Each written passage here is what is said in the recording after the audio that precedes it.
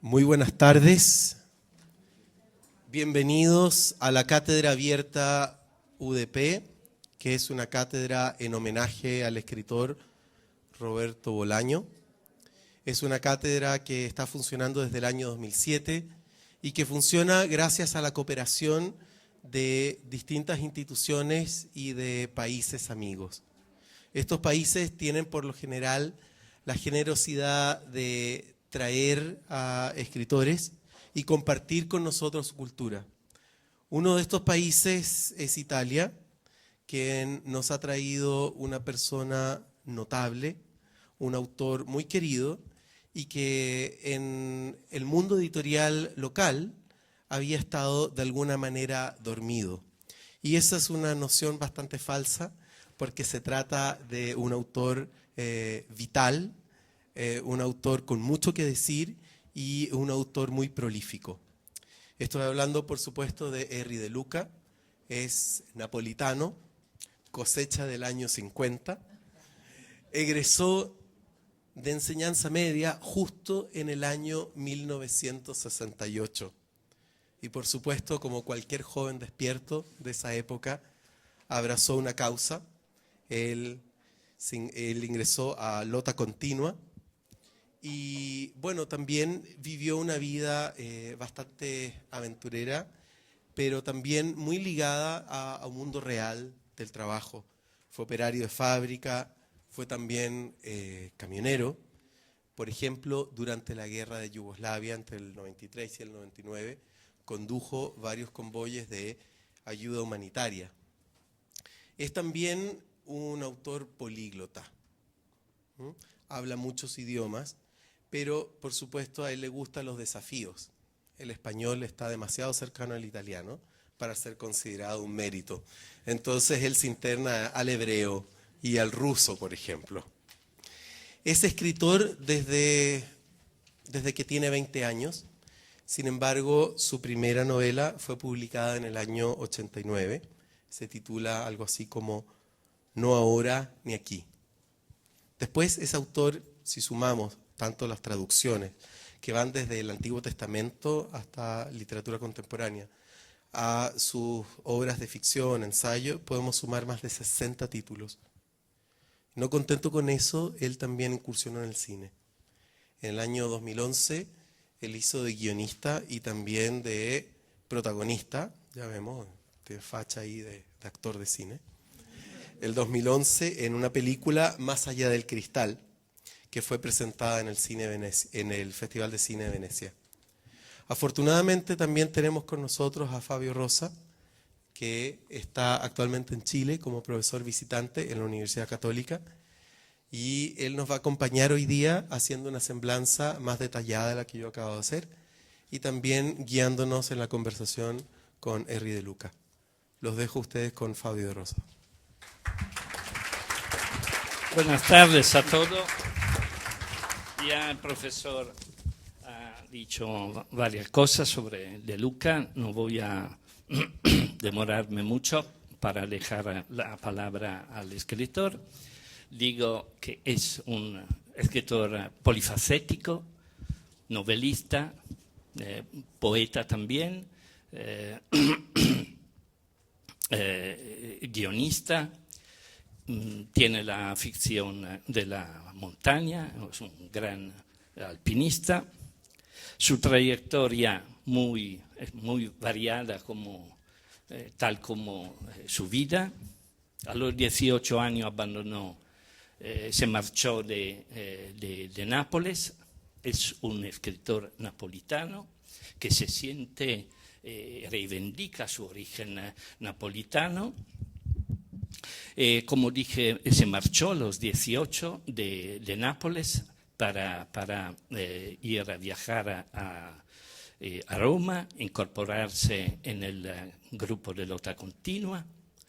En 1976, cuando se disolvió este grupo revolucionario, él fue abandonando paulatinamente el activismo político, pero siempre reivindicó su pasado, nunca cambió de chaqueta.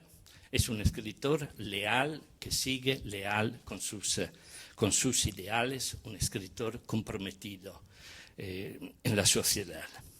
En una página él escribió: escribo sobre eso porque eso es lo que soy. Esa es mi persona. Nadie en Italia habla de esa época, o sea, de la época de la década que se llama de los años de plomo. En un tiempo borrado, arrojado es un tiempo borrado, arrojado a las prisiones con buena parte de la generación a la que pertenezco. Ha mencionado el profesor su actividad de voluntario, de obrero.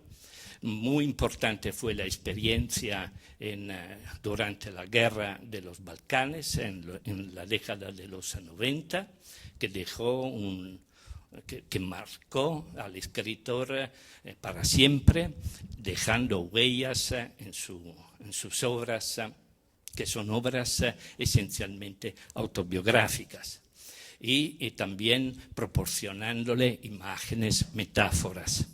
En una novela, él escribe así: a mi papá, evocando la partida de su padre, a mi papá lo perdí un amanecer de noviembre. Vivía conmigo, en un amanecer me quedé huérfano de él, sopló una última vocal, la U de auxilio, que yo no le podía brindar.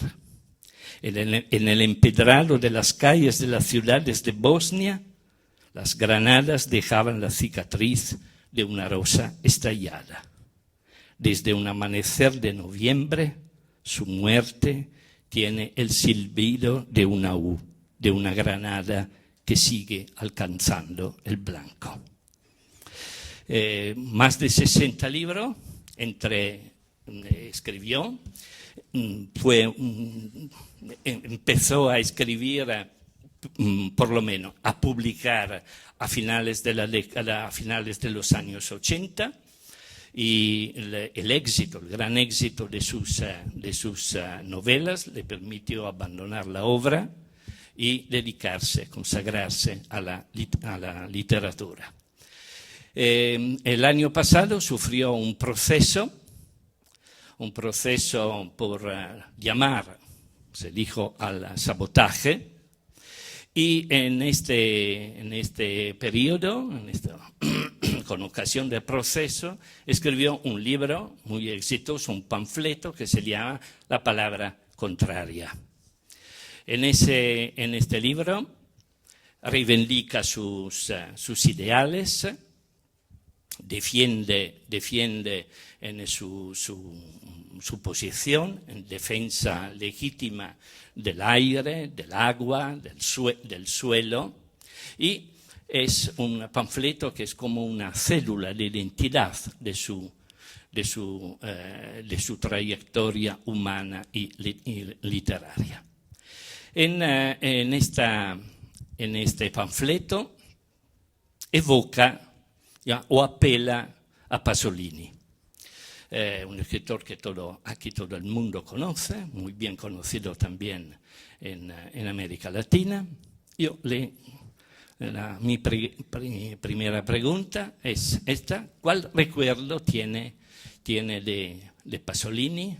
¿En qué sentido usted se siente en deuda con un escritor como Pasolini? Grazie. Ho nominato Pasolini non per comparazione con me, ma per differenza tra quei tempi in cui degli intellettuali intervenivano nella vita politica e sociale del paese e questi tempi moderni in cui non lo fanno. ¿Devi tradurre? Buenos días, voy a tratar de ir traduciendo consecutivamente. Bien, explica justamente nuestro escritor que si él se refirió a Pasolini es porque había una diferencia, ¿ya? Eso eran tiempos en los cuales los intelectuales opinaban acerca de la situación política y ahora no lo hacen. Pasolini, per esempio, è stato direttore responsabile del giornale Lotta Continua, un giornale su cui non scriveva nulla e del quale condivideva poco le idee, ma lo faceva perché senza quella sua firma quel giornale non poteva uscire. E come lui molti altri giornalisti si sono prestati a questo servizio, essere responsabili di un giornale col quale erano quasi per niente d'accordo.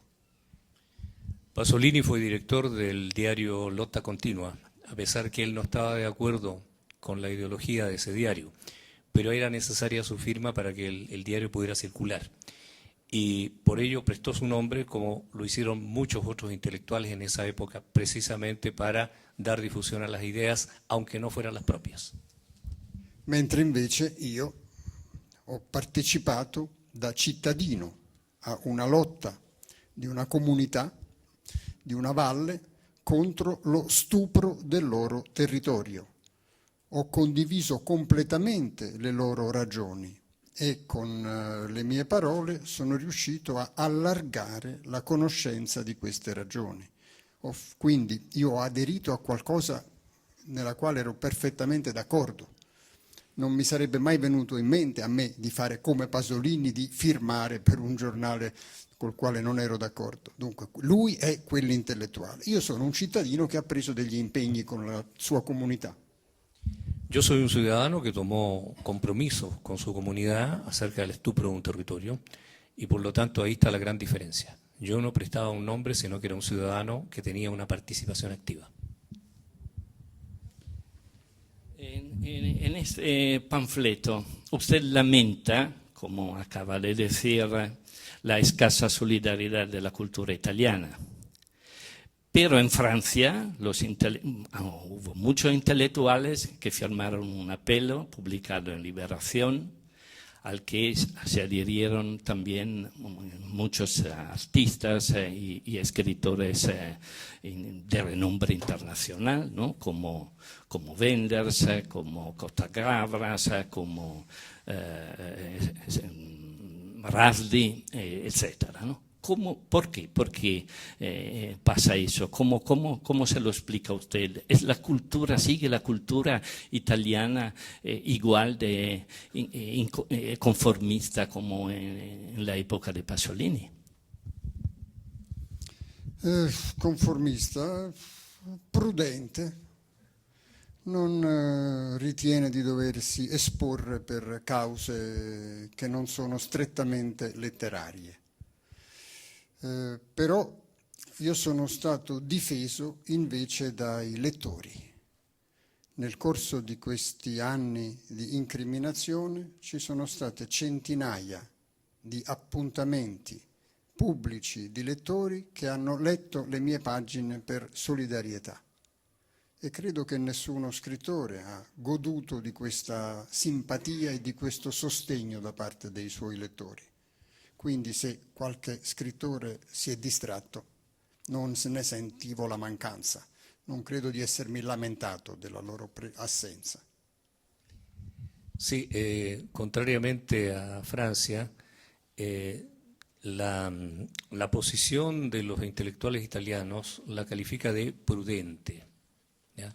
Por lo tanto no se comprometen con una determinada realidad.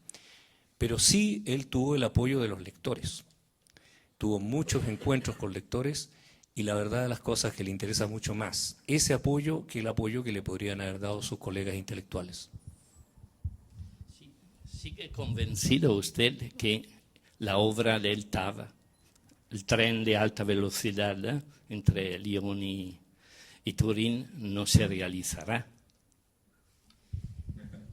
Non si realizzerà perché non ci saranno i soldi per farlo. Comunque, questa è la sua ragione, ma questo è il frutto di 20 anni di lotte di una comunità che è riuscita fino a questo momento a impedire quell'opera e quindi a farla crescere di costo in maniera impossibile. voglio dire che non si tratta di un treno di alta velocità. La nuova linea, rispetto a quella precedente, a quella che c'è già, risparmia meno di un'ora, 3/4 d'ora nella tratta tra Torino e Lione, su una tratta di più di 300 chilometri. Dunque si tratta per la precisione, di treno a modesta accelerazione e non di alta velocità. In più, il treno Torino-Lione, questo nuovo, non arriva a Lione, si ferma a 30 chilometri fuori di Lione, non c'è passante ferroviario, bisogna prendere l'autobus, la bicicletta, il taxi. E poi non è solamente un'opera inutile, è un'opera micidiale, perché le montagne da perforare sono piene di amianto. Queste non sono delle mie convinzioni, sono le ragioni della lotta di 20 anni di quella vallata, io le ho solo condivise. El TAV, tren de alta velocidad, no es tal tren al cual se ha opuesto justamente el escritor De Luca, debido a que lo que se puede ahorrar como tiempo son apenas 3/4 de hora. Por lo tanto, sería más bien un tren de moderado impulso de aceleración, más que un tren de alta velocidad. Y respecto a que no se va a hacer, justamente aquí todos se sonrieron, es probablemente porque no va a haber dinero para financiarlo. ¿Y por qué no va a haber dinero? Porque durante 20 años ha habido una oposición, que es justamente la que él ha apoyado, de manera que cada vez han ido aumentando de tal manera los costos de la proyectación, que va a llegar un momento en que simplemente no va a resultar económico realizarlo. No solamente el TAV está destruyendo un paisaje importante con este tren que va desde Torino, o sea, Turín hasta Lyon, sino que además de eso el tren no llega a Lyon, queda a 30 kilómetros de distancia y no hay otro tren de conexión. Por lo tanto, hay que irse o en autobús, o en auto, o en bicicleta, ¿no? De ahí hasta Lyon. Y como si esto fuera poco, las montañas están llenas de amianto, de asbesto, y por lo tanto son peligrosísimas para la salud su excavación. Siempre en su panfleto usted dice que su sentimiento de la justicia radica en su origen napolitano, en Nápoles. Y en la novela Los peces no cierran los ojos, escribe así. Para uno nacido en Nápoles, el destino está detrás de sus espaldas. Es proceder de ahí. Haber nacido y crecido en Nápoles agota el destino. Vaya donde vaya, uno lo lleva conmigo como dote, medio lastre, medio salvaconducto. ¿Quiere explicar el sentido de esta declaración? ¿Realmente usted piensa que la vida es un destino ya marcado desde el origen? Non è un trattato di filosofia, è un libro di racconti e quella voce è la voce di un personaggio che così dice. Le mie storie, le frasi che sono scritte là dentro, secondo me stanno bene solo là dentro. Non si possono prendere e attaccare sul muro come massime filosofiche. Stanno bene in bocca a quel personaggio, che coincide con me, certo, perché uno scrittore è tutte le persone del libro, coincide con tutta la folla di un racconto. E per me, che sono nato a Napoli, il sentimento di giustizia proveniva da delle circostanze evidenti di disparità e di ingiustizia.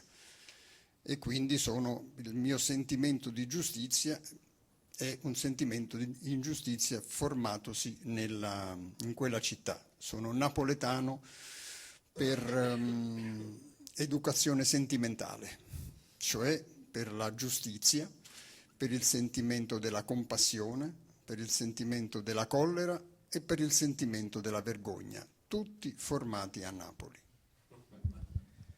En cuanto al libro que fue citado, no necesariamente representa lo que yo pienso, es la opinión del personaje de la serie de cuentos. Pero sí, Nápoli, para mí, o Nápoles como decimos en castellano, representa una educación sentimental, es decir, una idea de justicia que me formé, acaba de decir, justamente al ver la injusticia que existía, ¿no? Y de ahí que se transparenta en mis obras y en particular en esa. Pero en Nápoles están ambientados casi todos sus novelas, sus relatos, la mayoría, digamos. Y Nápoles es una referencia constante y siempre hay mar, la playa, ¿no? El mar es el lugar de la salvación. O sea, hay un simbolismo, hay un apego a la cultura napolitana, a los gritos, a la oralidad, ¿no? de Nápoles. ¿O no es así?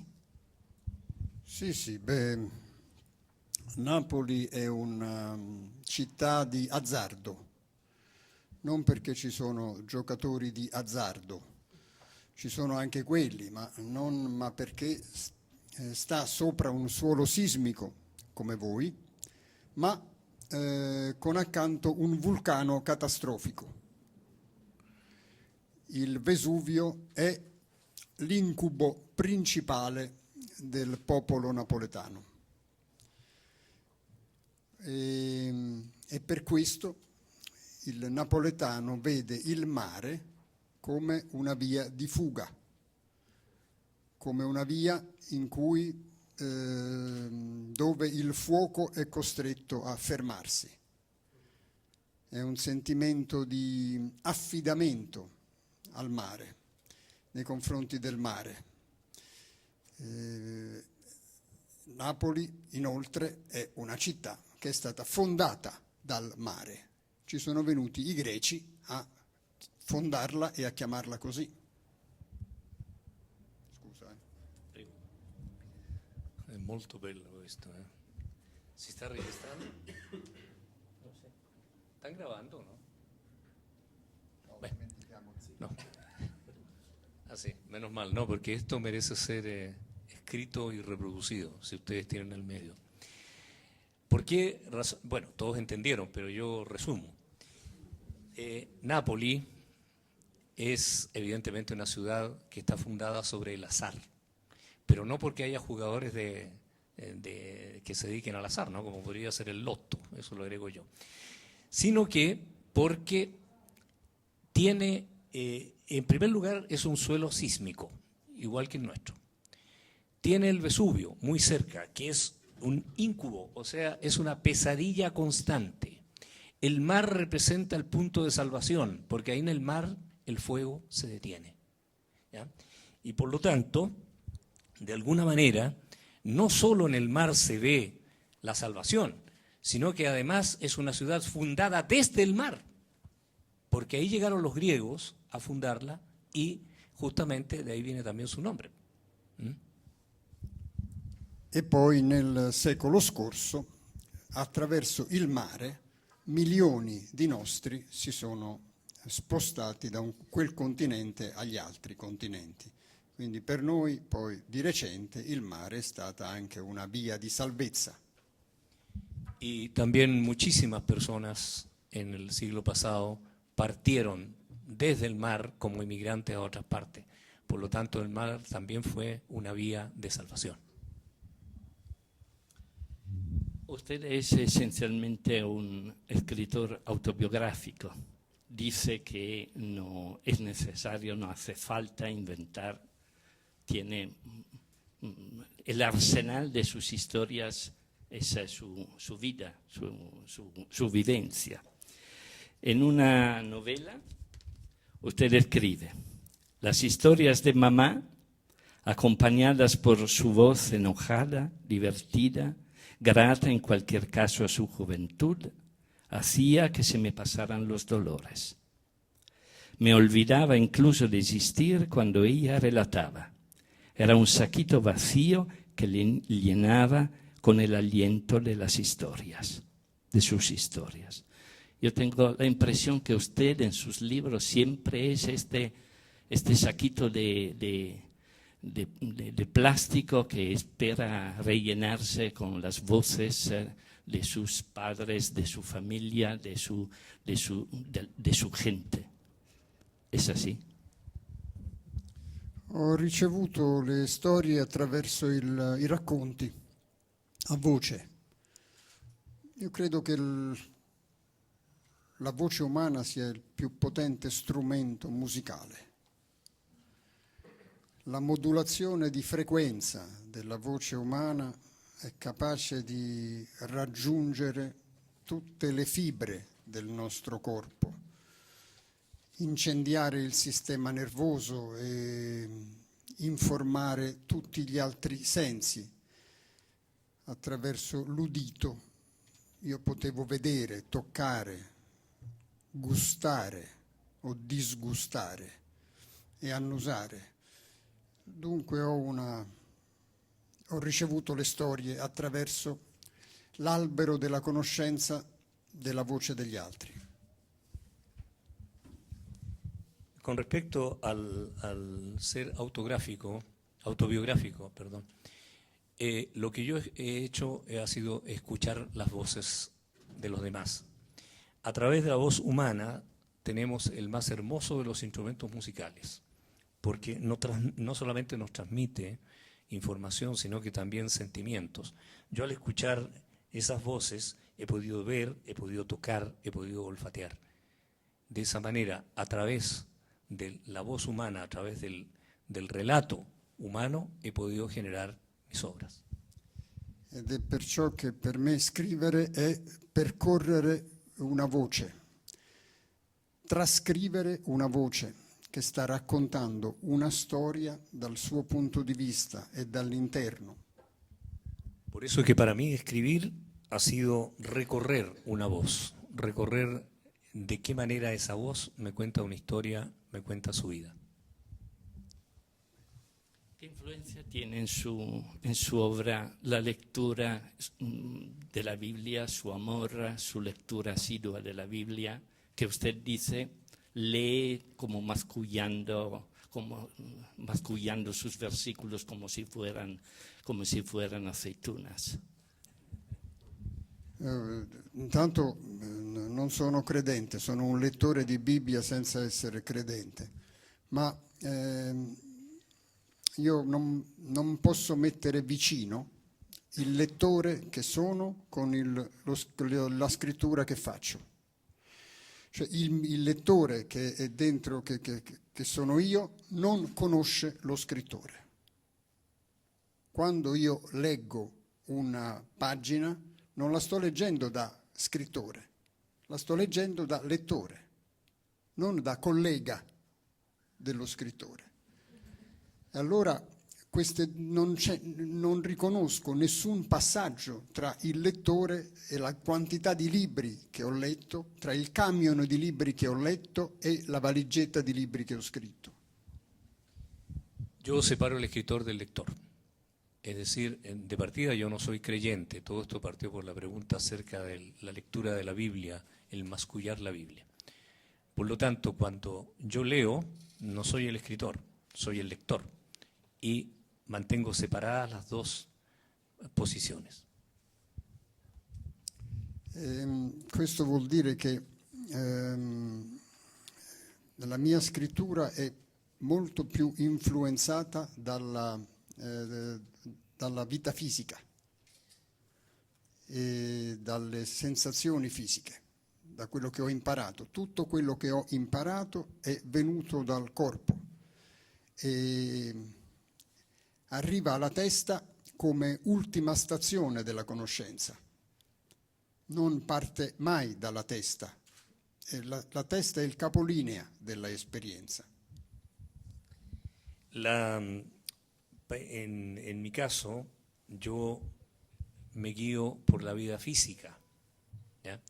De ahí obtengo la información.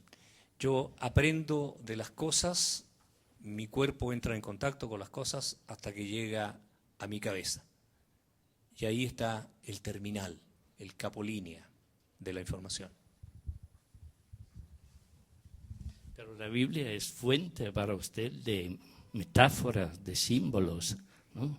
También de historias. Es un almacén, ¿no? de imágenes que van a nutrir su escritura, que tiene algo místico, ¿no? Que es, a pesar que usted no es un creyente, su escritura es como siempre una búsqueda de algo, una absolutización del instante. No es solo un relato, ¿no? de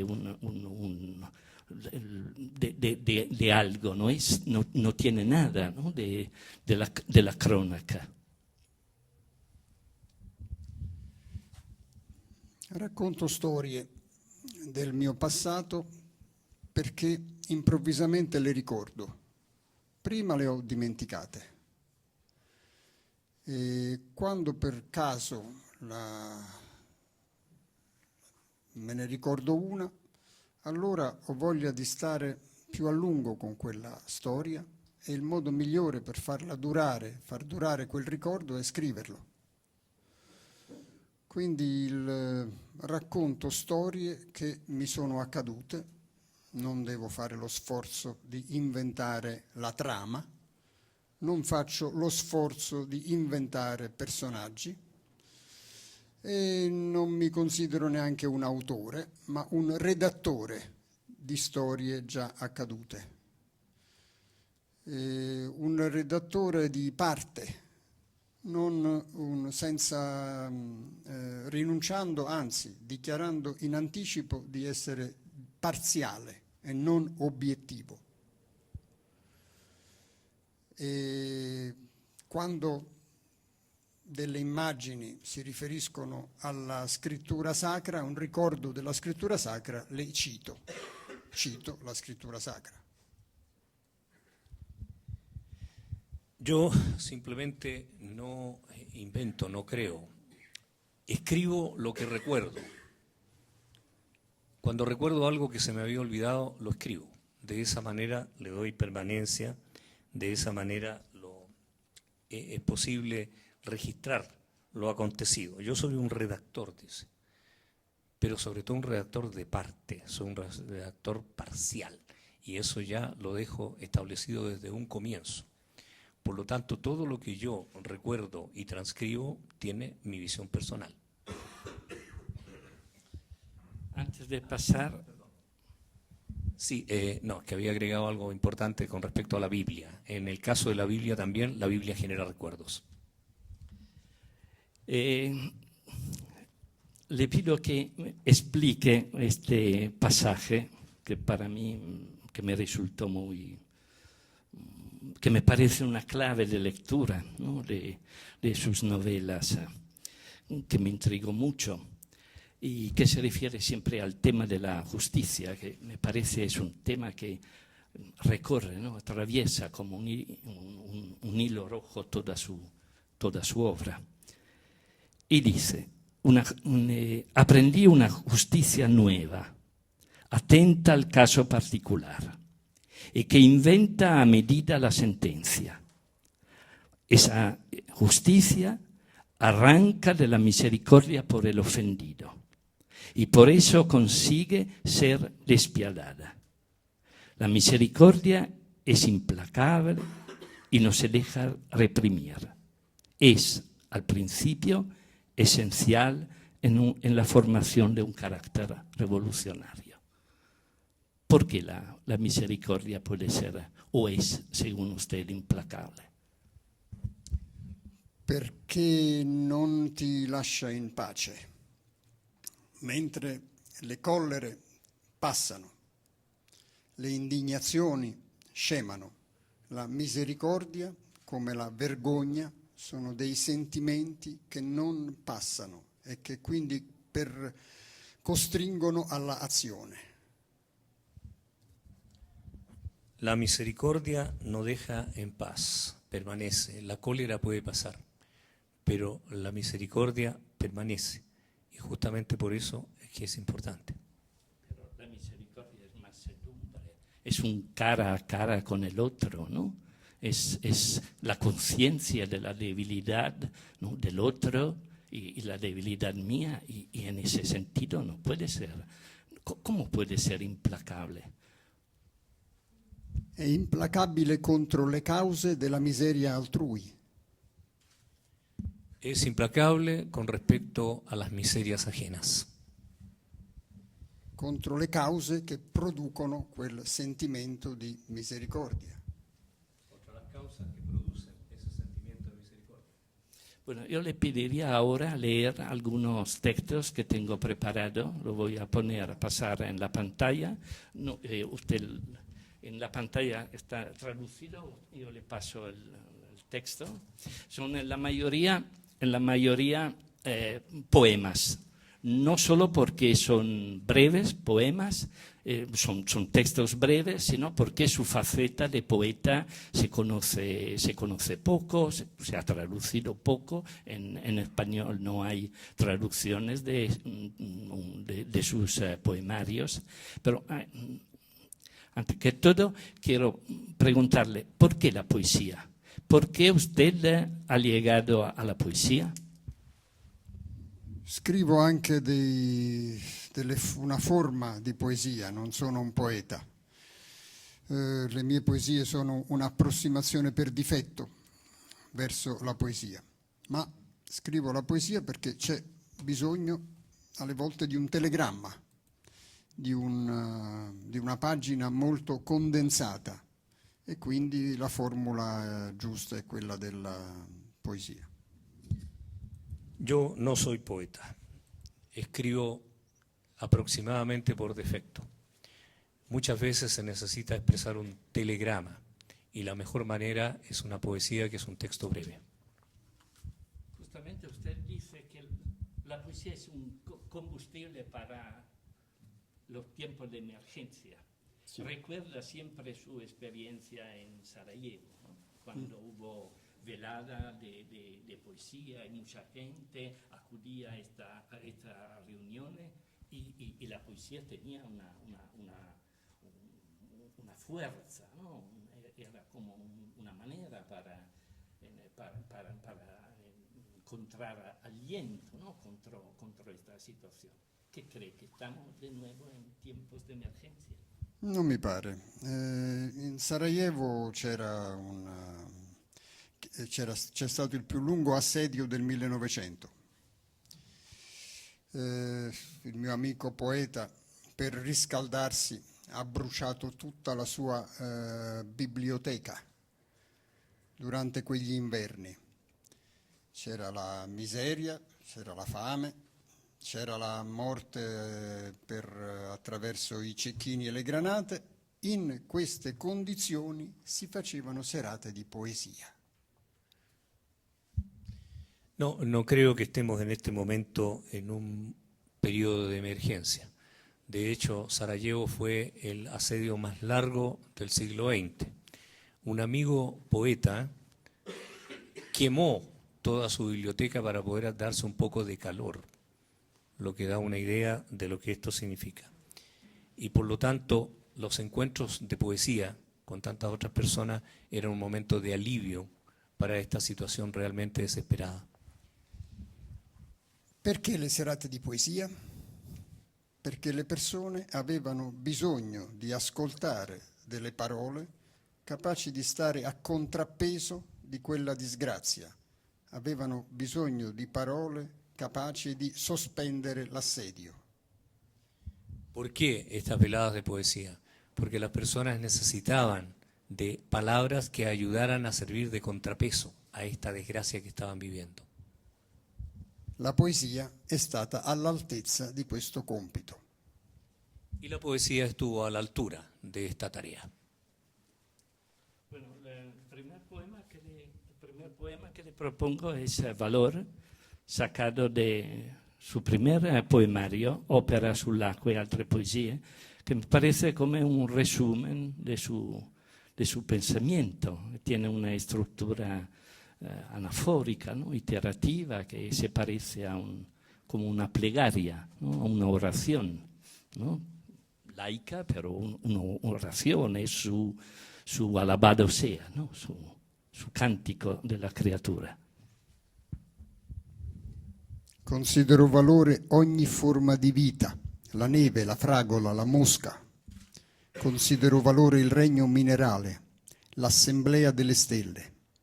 Considero valore il vino finché dura il pasto, un sorriso involontario, la stanchezza di chi non si è risparmiato, due vecchi che si amano. Considero valore quello che domani non varrà più niente e quello che oggi vale ancora poco. Considero valore tutte le ferite. Considero valore risparmiare acqua, riparare un paio di scarpe, tacere in tempo, accorrere a un grido, chiedere permesso prima di sedersi, provare gratitudine senza ricordare di che. Considero valore sapere in una stanza dov'è il nord, qual è il nome del vento che sta asciugando il bucato. Considero valore il viaggio del vagabondo, la clausura della monaca, la pazienza del condannato qualunque colpa sia. Considero valore l'uso del verbo amare e l'ipotesi che esista un creatore. Molti di questi valori non ho conosciuto.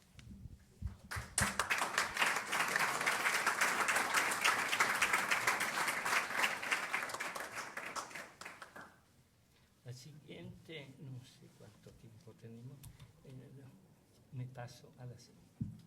Es un poema que tiene un carácter político, o sea, es un tema que también recorre frecuentemente en su obra el tema de la cárcel, ¿no? El prisionero. Si usted quiere explicar quién fue ese personaje. Ante Zemliar è stato un comandante della guerra partigiana in Jugoslavia, Ante Zemliar, e dopo la guerra è stato imprigionato dagli suoi stessi compagni e per 5 anni è stato condannato ai lavori forzati su una isola, un carcere penale, la isola nuda, Goli Otok, accusato di essere filo sovietico.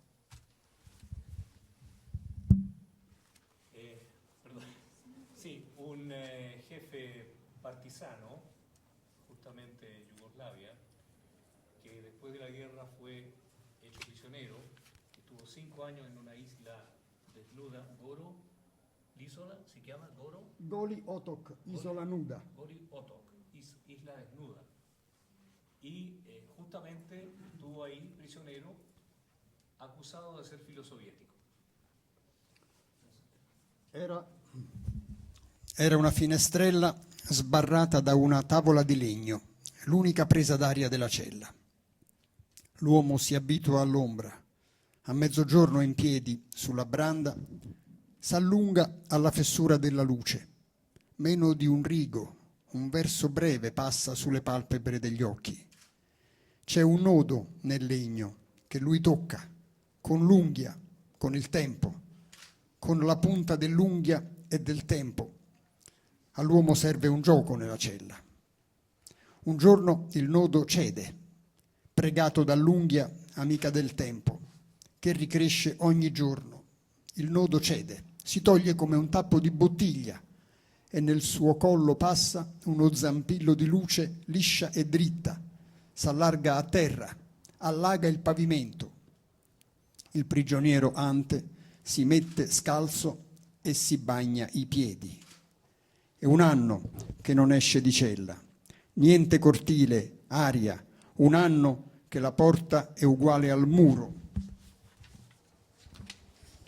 che la porta non porta da nessuna parte. Un anno strizza gli occhi. Il sole dentro il buco è un'arancia rotonda nella mano. I piedi si strofinano tra loro. Sono 2 bambini la prima volta al mare, i piedi di Ante Semliar, comandante di molti partigiani, congedato col merito della vittoria in guerra e adesso chiuso dagli stessi compagni, nemico della patria.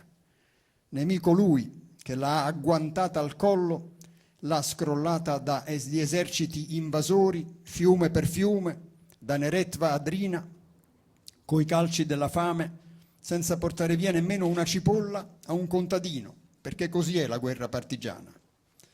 Nemico lui, l'hanno tolto da casa, da Sonia di 2 anni, che sa gridare già, lasciate il mio papà, lasciatelo, è mio padre. Adesso sì, voi siete suoi nemici.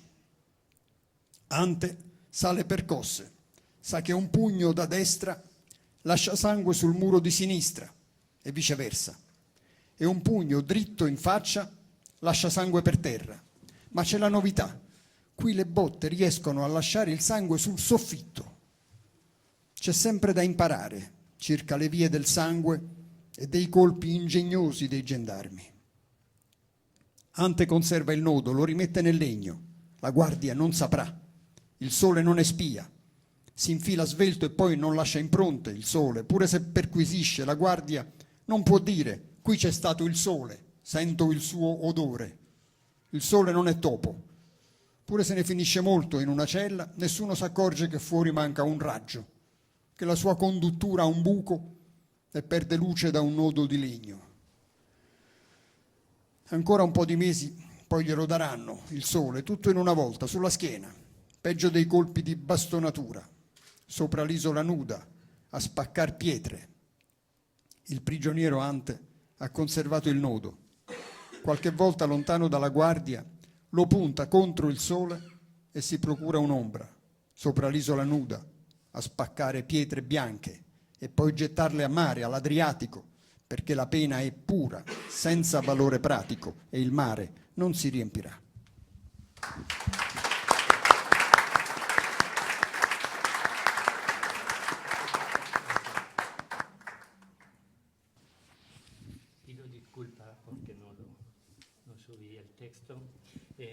Tenía aquí, pero no tenemos tiempo, un pasaje que me parece un análisis extraordinario del cine, nuestro cine neorrealista. ¿Quiere explicar brevemente el sentido de este pasaje?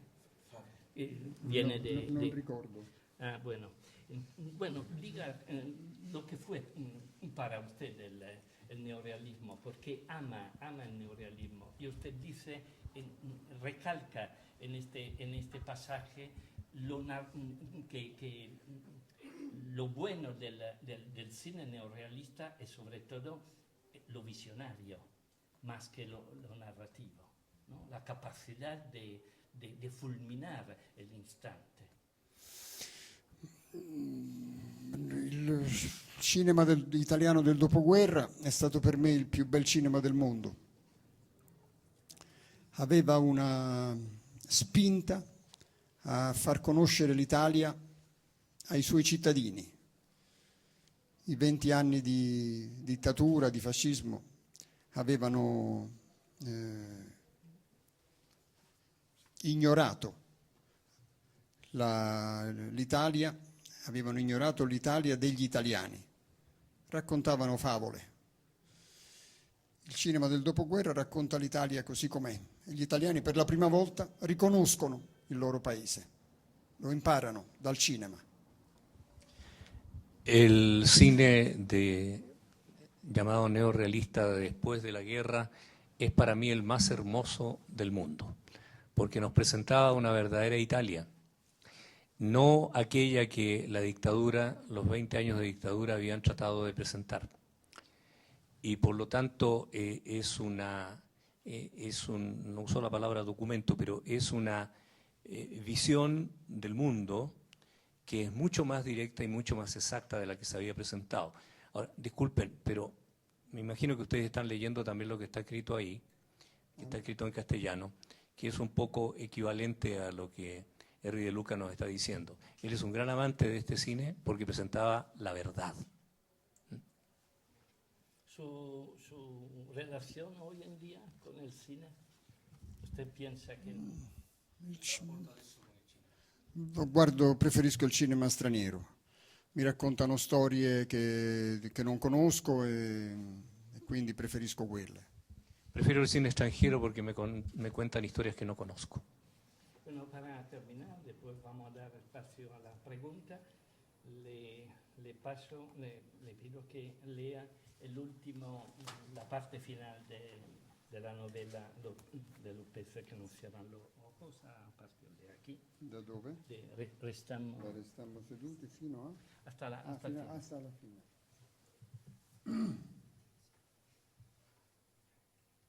Si quiere... Aspetto che venga. Sí, estamos. Está bien. Restammo seduti di fianco, le ginocchia tirate su. I baci spingevano dai talloni puntati nella sabbia. Risalivano le vertebre fino alle ossa del cranio, fino ai denti. Ancora oggi so che sono il più alto traguardo raggiunto dai corpi. Lassù, dalla cima dei baci, si può scendere poi nelle mosse convulse dell'amore. Scorro da molto tempo sopra scritture sacre, senza spunto di fede. Nella lettura gusto l'alfabeto antico, la mia conoscenza avviene nella bocca. L'ebraico antico gira come un boccone tra lingua, saliva e denti e sella di palato. Aperto a ogni risveglio è un avanzo di manna, prende i gusti desiderati sul momento, come succede ai baci.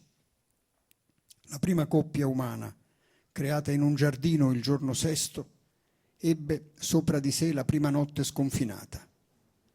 A loro insaputa spuntò nei corpi l'appetito, la sete, l'entusiasmo e il sonno.